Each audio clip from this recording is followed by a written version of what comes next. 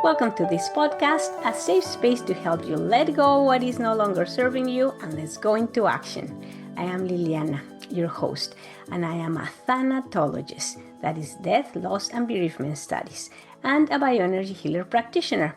I help women to heal silent losses that they have not recognized as such, and to emotionally and energetically align them with their higher call, with their vision. In this podcast, I will be interviewing women coaches, holistic practitioners, entrepreneurs, women of wisdom that can share with us valuable insights and personal experiences to inspire you and support you into becoming the woman that you are meant to be. Please subscribe to the channel so you can join me in the next episode, and let's move to the conversation. Welcome, everyone. Today we have Carla Cohen. Carla, how are you? I'm really good. How are you doing today? Oh, I'm very happy to see you and that you are here with me and our listeners. And well, let's start by asking you, why is it that I invite you to this podcast? What service do you have? What's your practice? I love working with women who are gifted, intuitive, ambitious, and even high performing, but maybe they're not fully realizing their full potential. Like they're wanting to go to the next place either financially or in their career, and they're sensing that something's blocking them, but they can't quite articulate it. So I help them remove the blocks that are keeping them stuck and holding them back, and so that they can rise up to where they really want to be. Those are the silent losses that I speak over and over everywhere, right? Those Right. things that are there, we don't know about them, but we really have to release them from our system so we can achieve what is it that we want to do. Because, for example, I want to ask you, in your life, have you been in a situation where you have to let go of something in order to become the coach that you are today? Yes, I mean, I can think of a lot of things, but we I don't have all imagine. day. So, yeah, I mean, starting with going back to my career in public relations, where I was working with top acts like Michael Jackson and Bette Midler, and I was passed What over. like how can you be working with them? What were you doing? We were doing public relations, so we were doing their campaigns. So, like for Bette Midler, it was Wow. I was going to really date myself, but it was the movie called The Rose. I helped with the Bee Gees when they were doing their tour. Michael Jackson when he was going disco. Oh my But goodness. Okay, big that deal. was a Yes. while back, but I was passed over for a promotion there because I was a woman, and I didn't really get Mhm. that at the time. But Mhm. a man, my boss left, and somebody else was put into the position that I should have given, and everybody was shocked that that happened. And then, Wow. I'm going to skip forward in time where I was working in movie development, well, feature films and television development. So I was the person who helped develop a story or an idea or taking a book and turning it into a movie or a television show. And Mhm. sometimes I would write it. Sometimes I'd find the writer, package it with the producer, and package it with the talent so we could sell it.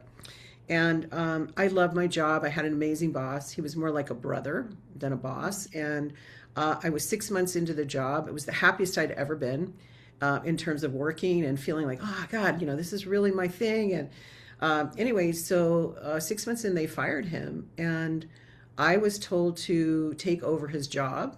And uh, it was really hard because he was my friend. So I actually had to call him and say, "Are you okay with this?" Because I didn't feel like it was ethically, even though I did nothing to, make it happen.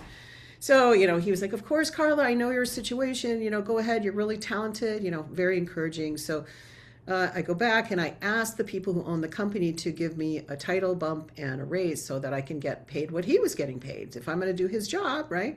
Okay. So, and they came back and they gave me, about less than half of what he was making. My title was not the same title. I mean, it was a good title, but it wasn't the full, vice president. And I ended up going, the way that I internalized that was there must be, and after that other thing where I got skipped over, a part of me just got into, even though I knew in a way it wasn't me, there was a part of me that believed it was me. And I got into the believing that I wasn't good enough and that I had to do more or work harder, in order Oh, to prove myself. wow. I imagine because it happened more than once, right? And then you start with this seed of, is it something wrong with me? What is it that I'm not doing? What do I have to do? Okay, so very interesting. So what happened? So ultimately, so I had been working like a 30-hour week where I would go on my lunch break and I'd go get horseback riding lessons and come back and read more scripts. It was a great time, like I said. But that had to go, because to keep up with the kind of workload, and I had a team of readers, they're called, who would also read scripts for me and give things back to me, and I'd have to take what they said and sort through it. But anyway, so my 30-hour week turned into a 70-hour week. Oh So my goodness. yeah, yeah. So I was working on weekends. We would go to socialize, and I'd have a stack of scripts with me. My husband would be over having, wine or whatever. I would smell the wine, but I was working, the whole time. And what started happening was I started falling asleep. First it was at my job. I had this nice green sofa, very cushy, very nice, that I would sit and read on. And I started to fall asleep for 5 minutes and then 10, 20, and so on until, like an hour would go by or more. And it was pretty clear that I was falling behind and something was wrong. And so my body was basically telling me to quit. So I did. I finally went to the doctors, and they ran a battery of tests, they tested every orifice, every liquid, everything. And they said, we don't know if it's an exotic something you picked up somewhere, but we can't locate the cause. So I had a constant fever. I had an elevated white blood cell count, and my brain was kind of foggy, and I was exhausted. After over a year in bed, I spent 2 years in bed. So Oh my yeah. goodness. And it was, I would sleep and I would read a little bit and I'd drift off. And it was great. I took the time when I was awake to learn about nutrition and metaphysical things, spiritual things. I would read, anyway, but I was weak. So my parents came over also and helped. I was married at the time, but my husband I had been the main wage earner, and that changed, right? Because of all this. So again, leading to my feelings of not being good enough when you're not contributing as the wage, financially. My whole identity was tied to what I did, not to who I am, Oh, that's right? that's very interesting. Yes, that's where you got your value. Like I am of value because well, I'm very good at my job. The job Mm, was gone, and who am I, right? exactly. So it was a little bit of an identity crisis, definitely a confidence crisis. Talk about letting go. I mean, it was really just surrender, surrender, surrender. Like what else is false about me that I've been believing for all these years? Even my idea of what success is changed because of all of this. But I went on a journey to heal myself, and I started with meditation, and then I ended up studying with a bunch of healers around the world, and then ultimately ending up in learning about emotional intelligence and all these things. So I bring all that together now for my female clients to help them Yes. overcome. And so I have so many tools in my chest, and I don't want to see another woman Yeah. be have to go through what I went through. And you know what you mentioned that you have many tools, that's what it requires, many Yeah. tools, because there's all these different bodies that we have, and each of the bodies needs something different. And nutrition for the physical, but then all of the other techniques and tools to start healing the other bodies, right? Right. So now that we're talking about you helping your clients to overcome these blockages. Tell us a little advice, a little golden nugget of what can our listeners and myself do to start getting better in all of these bodies that we have. Well, one of the most important things that I learned is, and this is what I really focus on with my work with people, Mhm. is being able for all of us to acknowledge the things that are inside of us, every little thing, those old emotions, those old traumas, not because we want to dig them up and live in them. We don't want to live in that story, but we need to acknowledge the emotion behind it, the feelings that got stuck in here. because that ultimately was what caused my health crisis. I mean, it's also, I can also say now, looking back and knowing what I know now, that it was high stress levels, because when your cortisol is high, which is the stress hormone, we also call it the death hormone, right? When that is high, your white blood cell your count goes up, right? Your body temperature goes up because it's trying to fight this. Yeah, well, your adrenal glands are shot, right? Right, So how can you right, function? right. So it's learning how to, first of all, I think people, first of all, learning to not identify with what you do, right? That's the first thing. That your value is in who you are. And second, being able to, the way that you find that is looking at those emotions that you haven't really been maybe wanting to deal with or didn't even know were there.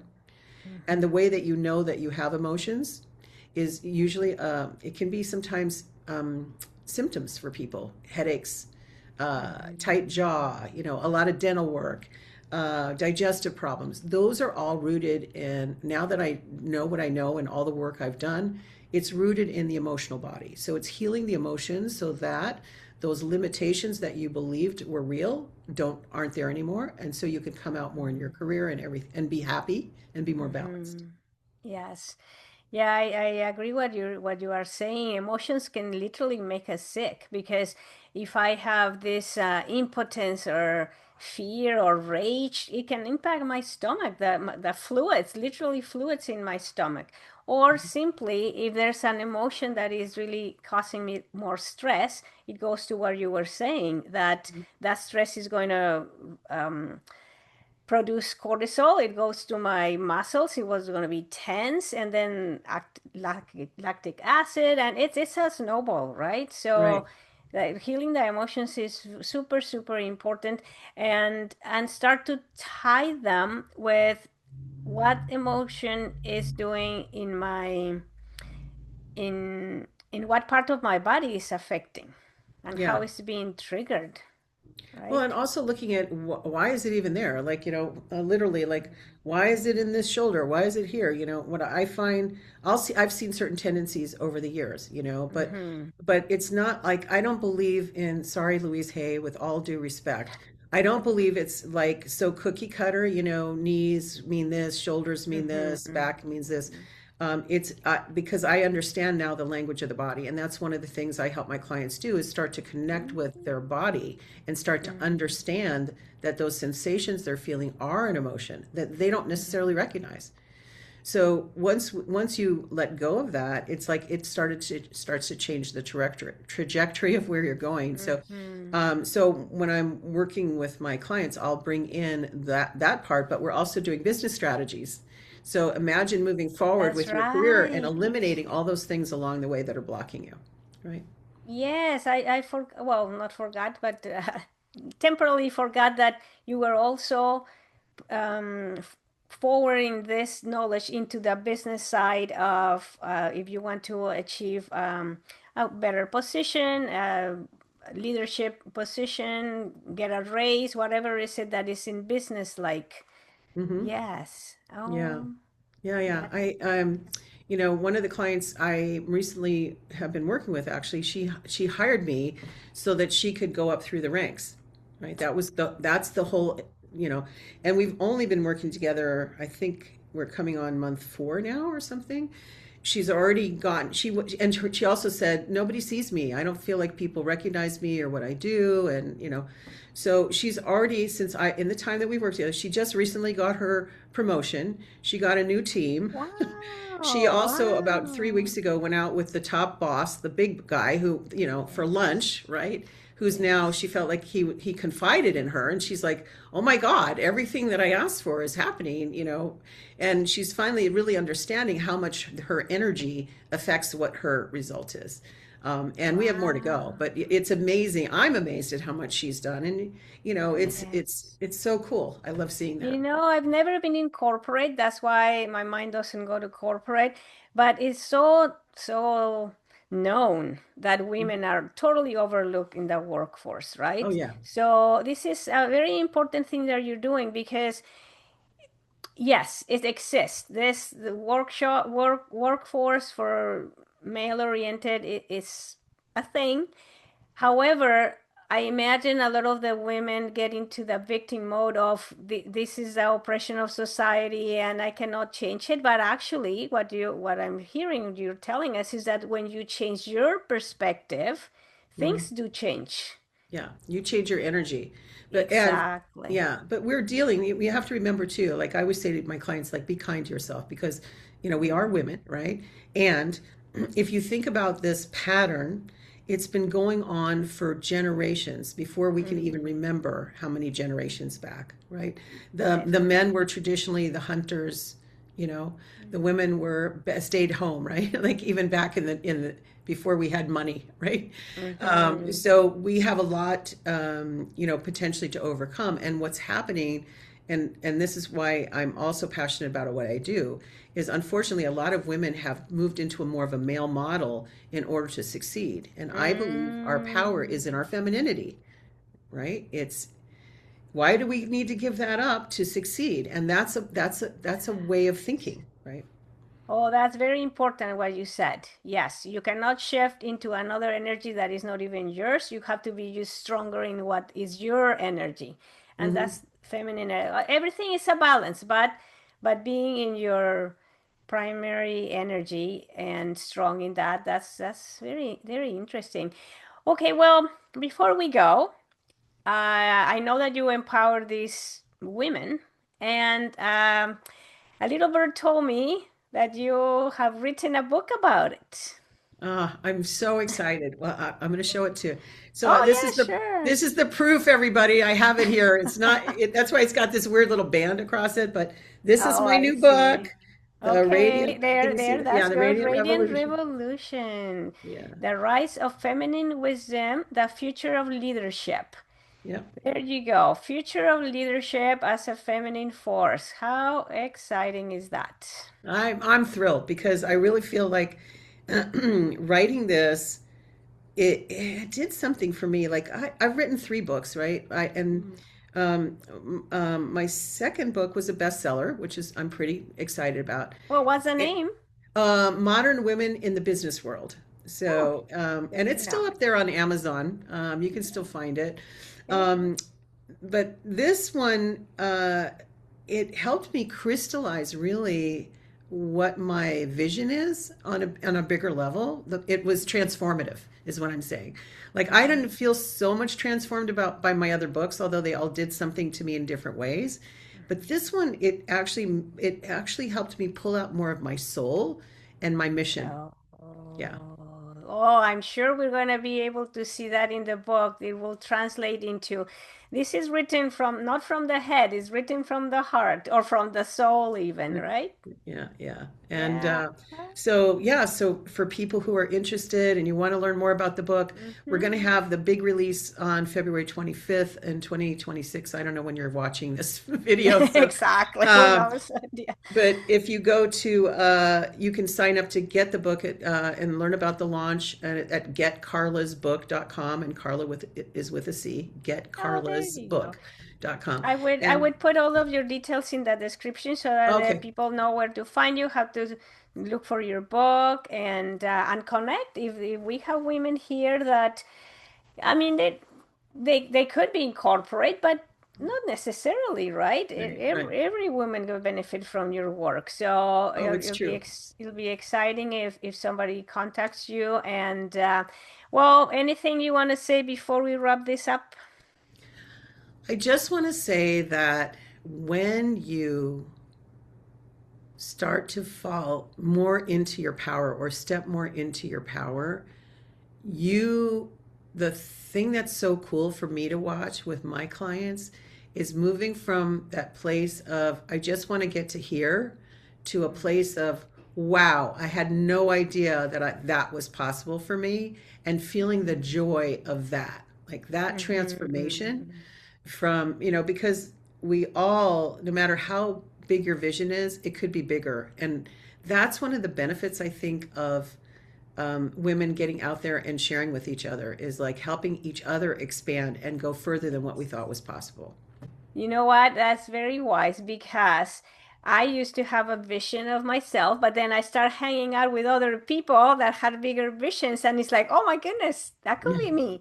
And that's how I little been been evolving. Like I started in the Spanish market, and I've never thought I was going to do the English because it was so out of my comfort zone. But Yeah. it's like, you know what?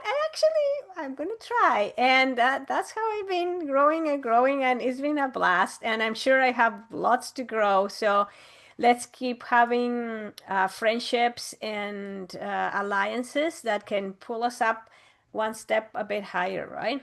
Right, right. And actually, you know what? Yes. The part of you, the Latina in you, that spicy you, is what I find so attractive about you. Like that Uh, little touch of spice, and it's wonderful. So you I know, just keep it up. thank you. Thank you for saying that. And I just have to mention it. When I moved to Canada, my Yeah, spark diminished because I wanted to fit in. right. And now it happens that my spark is what is attracting some people. So you have to really embrace what you are because you think is what you are not, what is going to make it happen, these relationships, and it's actually the contrary. So keep your Exactly. everybody, keep your spark, please. Don't Yeah. lose it. Yeah. Yes. Be you, Okay. not try to be somebody else, but be you.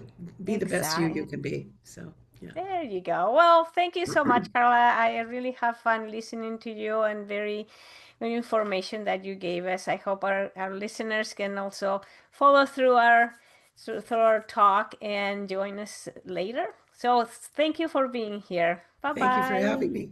All right. Thank you for listening to another episode of Let Go and Let's Go. I really hope that we inspire you into moving 1 degree closer towards your vision. You deserve to live an inspired life. If you resonated with anything we said, or you'd like to learn more about how I can help you to get into alignment with your soul's purpose, please reach out. Love to hear from you. Send me an email, info@lilianachamberlain.com, or I will be leaving a link in the description. And please remember to subscribe to this channel so you can join me in the next episode. Meanwhile, remember, keep shining because your light is only meant to get brighter.